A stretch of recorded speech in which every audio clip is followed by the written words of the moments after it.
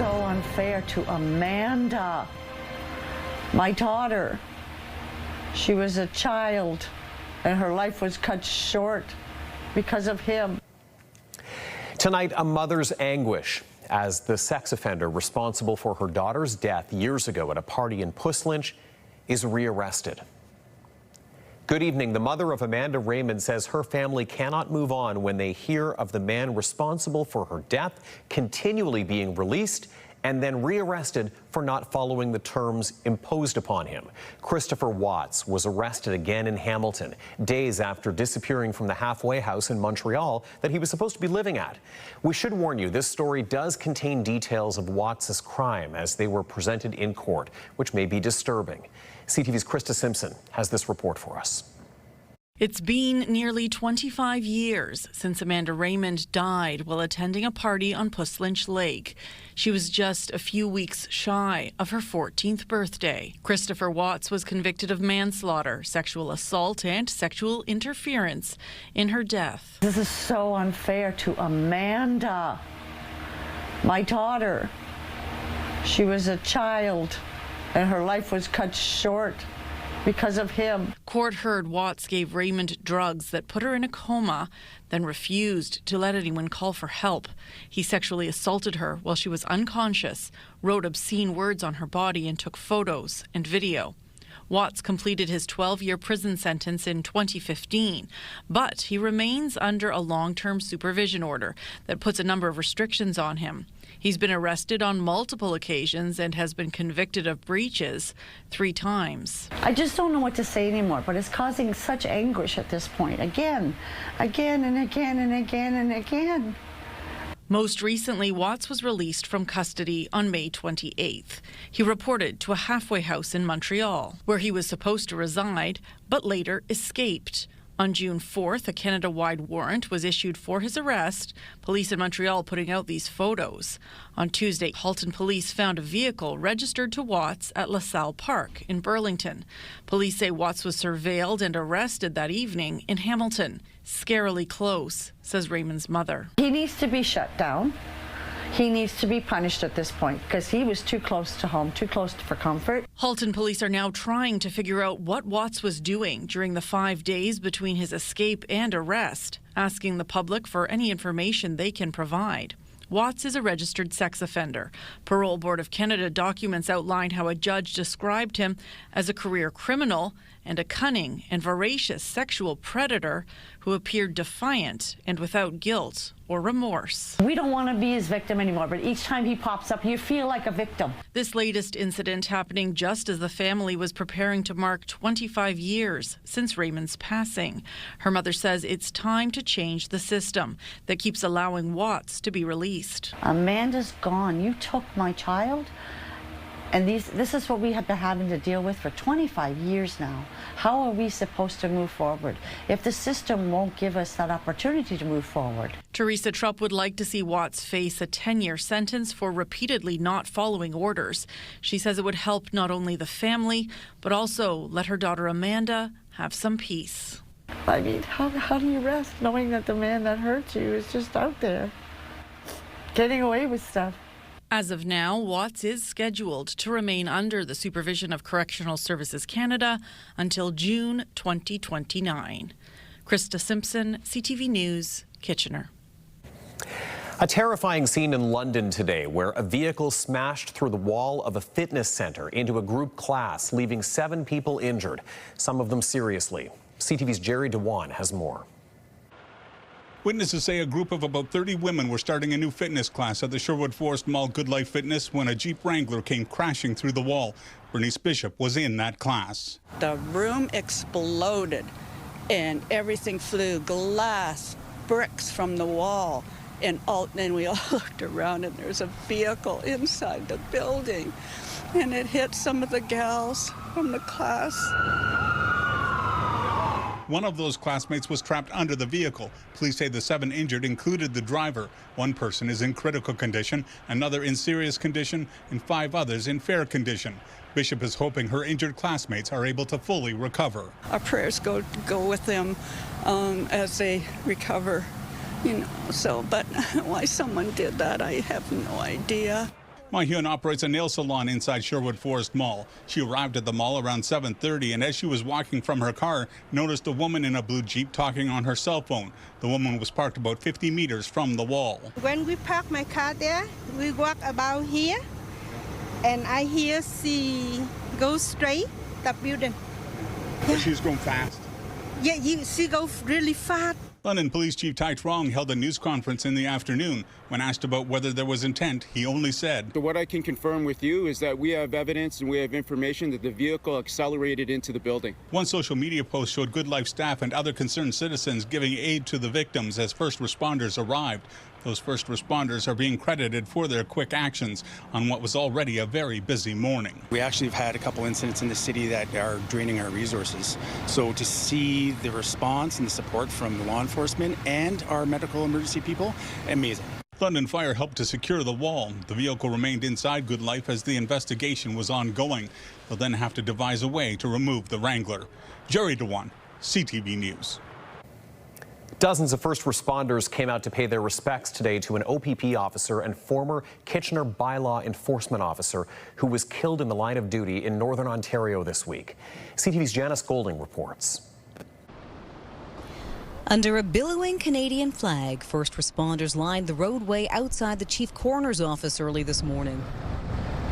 A show of unwavering support and respect for a fallen officer and his family. A solid blue line saluting the Ontario Provincial Police motorcade escorting the body of Constable Taryn Bally to its final resting place. It feels heavy, but we sincerely appreciate the support that has been shown by members of the community, our other police services that are here, first responders. It goes a long way in helping us as we grieve and mourn. The 29-year-old was killed over the noon hour Tuesday, struck while trying to stop a vehicle in Hearst, Ontario, some 9.5 hours northwest of Toronto. The vehicle that struck Constable Bally was allegedly driven by an 18-year-old who'd fled from a hospital where he was being assessed under the authority of the Mental Health Act. Constable Bally, who originally hailed from Brampton, was a rookie police officer with just 2.5 years on the job.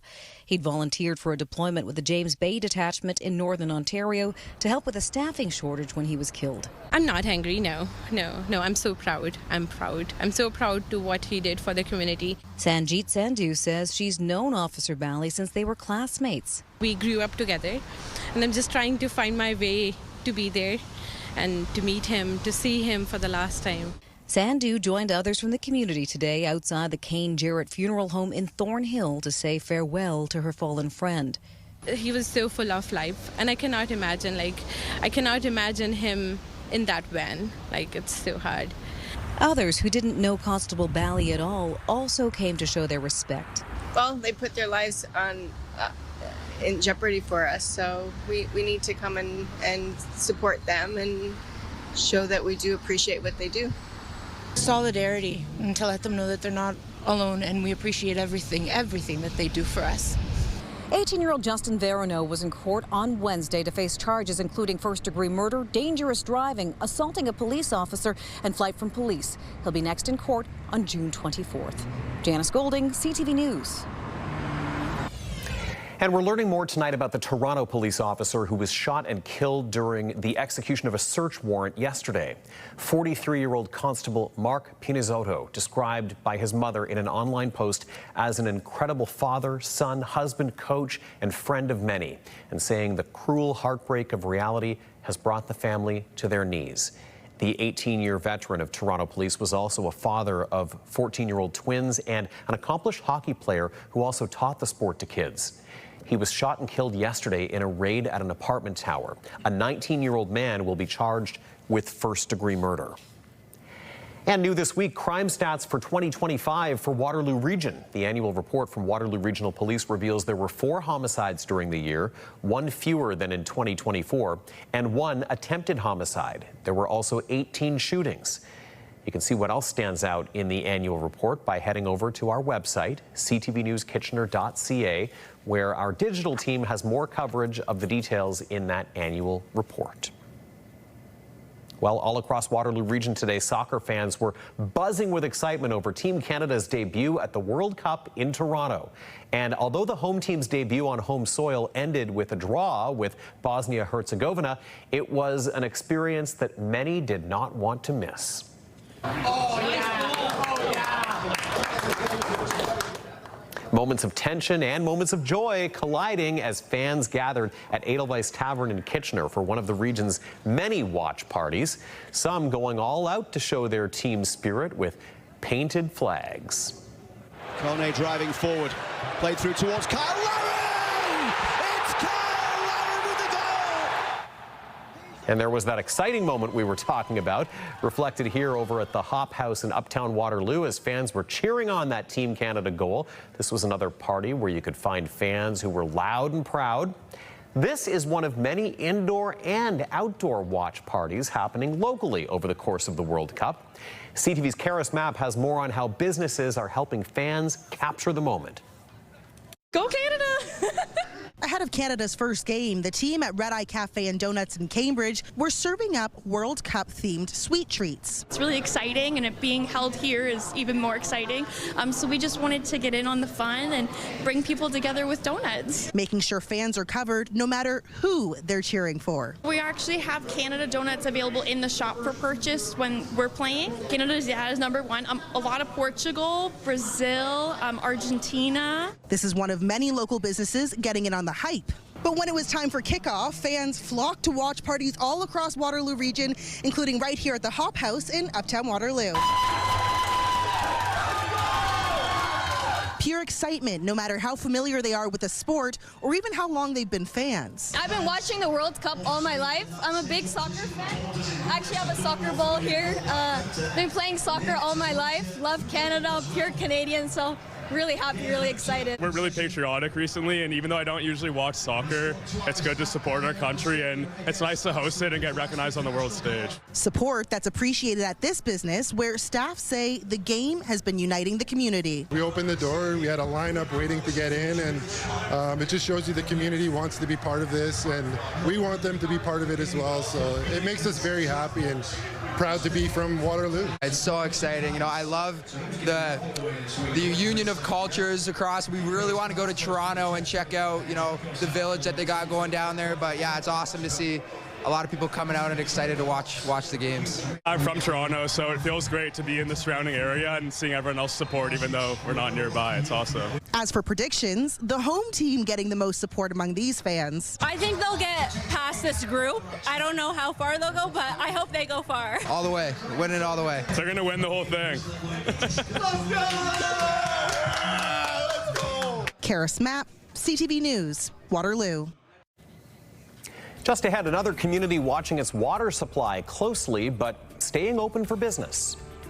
It does take a long time, establishing a new water source, especially in a groundwater environment. CTV's Jeff Pickle will have more on why concerns about water in Guelph are not sparking the same limits as in Waterloo region. Here's our satellite and radar image right now. A much different story than this time last night. High pressure setting in and setting us up for a nice day on Saturday. Let's take a look at temperatures. They are in the teens for the most part. 17 in Mount Forest, 18 in Goderich, 19 in London. But let's go to the humidity board and check that out. If we have that. Nope, we don't have the humidity board. I can tell you, though, that it's certainly not as much of a factor tonight as it has been. Those winds have shifted direction, and you can really feel the fresh difference out there in the air tonight. Okay, here's a look from our tower camera a little bit earlier this evening as the sun was setting. Beautiful twilight glow over the horizon from Midtown KW tonight, looking toward the Waterloo skyline. Back with more news in 2 minutes.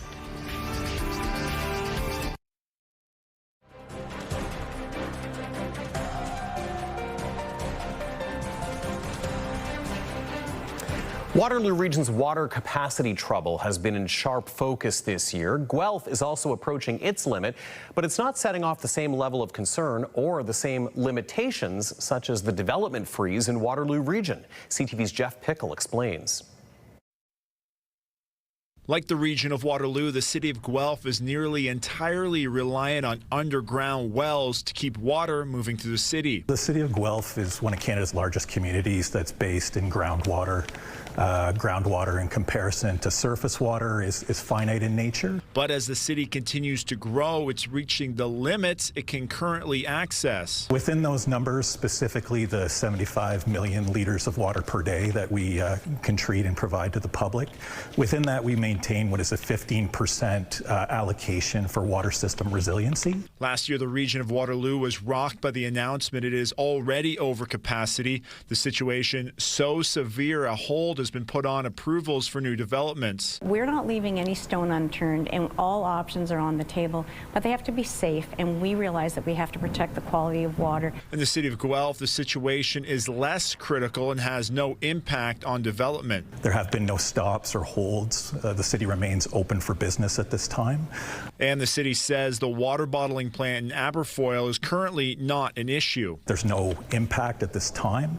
However, respecting the environment and all water users that are around us, there would be potential in the future that the city were to take more water. It may impact upon the bottled water permit to take water plant. Gallagher says the city's new policy will make sure water capacity keeps up with new development. It does take a long time, establishing a new water source, especially in a groundwater environment, can start at 10 years as far as what's an initial feasibility study to an environmental assessment to what's, planning and construction of a new water source. A plan to keep the water flowing as the city keeps growing. Jeff Pickle, CTV News, Guelph. Well, it seems splash pads in Waterloo region will be in focus this summer for conservation. The city of Waterloo, for example, will reduce hours at city splash pads by 1 hour in the morning. They'll be open from 11 a.m. to 7 p.m. At Silver Lake and Waterloo Park, the misting feature at the tree sculpture will not be turned on in an effort to conserve water. Splash pads in the Tri-Cities only turn on when someone activates them, and many splash pads across the region use a recirculation system that filters water and also helps with conservation. Well, later on CTV News, a new effort to avoid tragedies at the beach. People who've lost loved ones in Lake Huron gather for the unveiling of a first-of-its-kind safety system. Clear skies to end off the week before a bit of a cool down heading into next week. I'll have your full details coming up in your full weather forecast.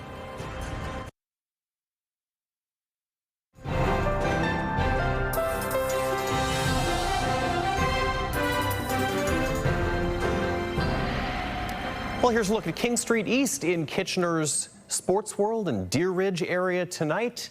A beautiful Friday night with temperatures in the teens, and that's something we haven't really felt at this time of night all week long. It's been so humid, but finally a nice breeze cutting through that humidity today, some high pressure setting in, giving us some sunshine and a beautiful start to our weekend. Here's Alexandra Hollick with the forecast.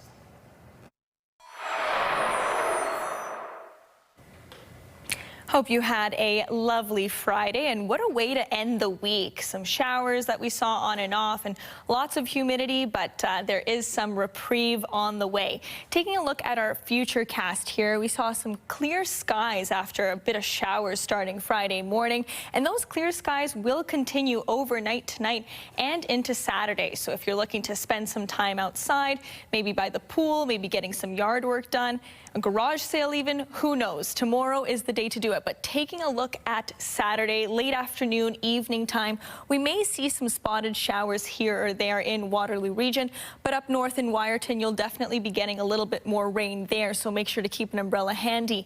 And as the day continues into the night and into Sunday morning, we will definitely be seeing some more rain here in Waterloo region, a little bit heavier there, so if you're going to be out and about on Sunday morning, make sure to take an umbrella with you and keep that handy.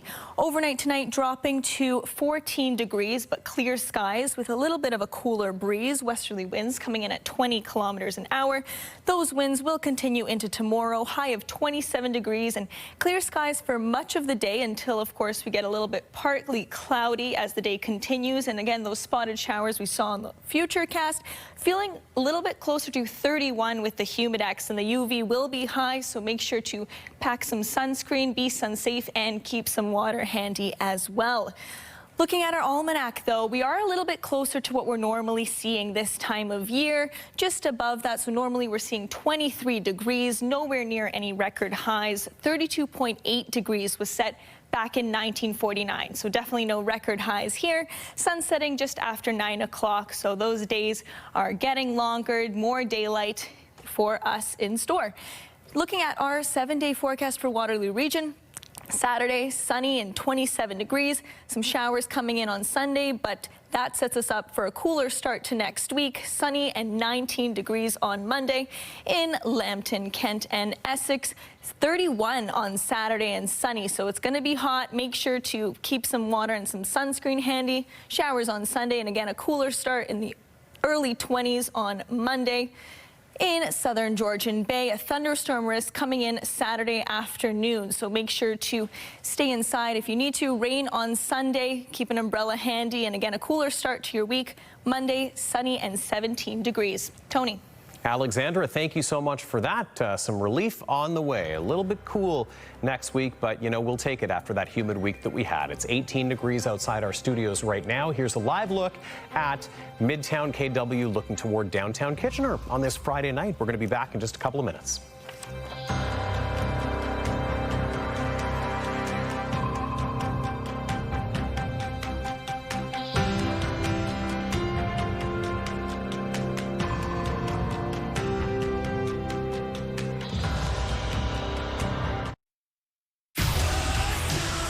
KW's Bounce 99.5 has the music you just can't quit. Listen all summer for your chance to win. Turn the lights off, carry me home. With Bounce to your backyard. Finally for us, an emotional moment on the shores of Lake Huron. Families who've lost loved ones to the waters of the lake are applauding a first-of-its-kind beach safety warning system unveiled today. CTV's Scott Miller reports from Kincardine. Canada's first traffic light beach safety system is finally operational at Kincardin's Station Beach. It's a real-time warning system that very well could have saved Graham Hancock's brother's life. Michael Hancock drowned 18 years ago in the waters off Kincardin's shores trying to save his daughter. He managed to save her, but it got the better of him. So any initiative that can make the public safer and help improve the safety of the beach is a big deal for me and my family. Aleem Ramji drowned in Kincardine in 2020, pulling his nieces from the waters of Lake Huron before succumbing himself. His family was at today's beach light unveiling. Bystanders heard.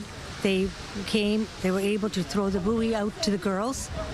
The girls were able to come back onto the pier. She watched my nephew take his last breath. In total, 6 people have drowned and 7 more have almost drowned off Kincardin's shore since 2008. In response, Kincardine has created no swim zones near their south pier and added safety equipment. The installation of Canada's first smart beach warning light today is really the centerpiece, though. It's a system that uses predictive modeling powered by both historical and real-time wind and wave strength data. It automatically changes traffic lights located at the entrance to Kincardin's beach to let beachgoers know if it's wise to enter the water or not. It is a symbol that is used in every town and city and across Canada and the world. Red, yellow, and green. Stop, warning, or you're good to go. No manual intervention at all. There's no person that is changing the light from red to yellow to green. This is all going to be automated now. So being able to respond immediately as the weather changes, the light will change. Kincardin's smart beach light is now fully operational, and other communities along the shoreline are investigating installing a similar beach warning system. Even some communities on the other side of Canada. You know, with my council in Nova Scotia, this is what I'm promoting as well. Trying to, that if Kincardine can do this, we can do this at Peggy's Cove. We've lost a lot of lives at Peggy's Cove. Along with the unveiling of the traffic light beach warning system, Kincardine unveiled 2 memorial benches to honor the 6 beach visitors who lost their lives in the town's waters since 2008. People have drowned in Kincardine and lost their lives, and so a big part of what we're doing here today is to make sure that that never happens again. We don't want another family to have to leave here without a family member. In Kincardine, Scott Miller, CTV News. All right, that does it for us on this Friday, June 12th. Thanks for checking in with us. Our digital team has news at ctvnewskitchener.ca throughout the weekend. I'll see you back here Monday for CTV News at 6. Have a great weekend and good night.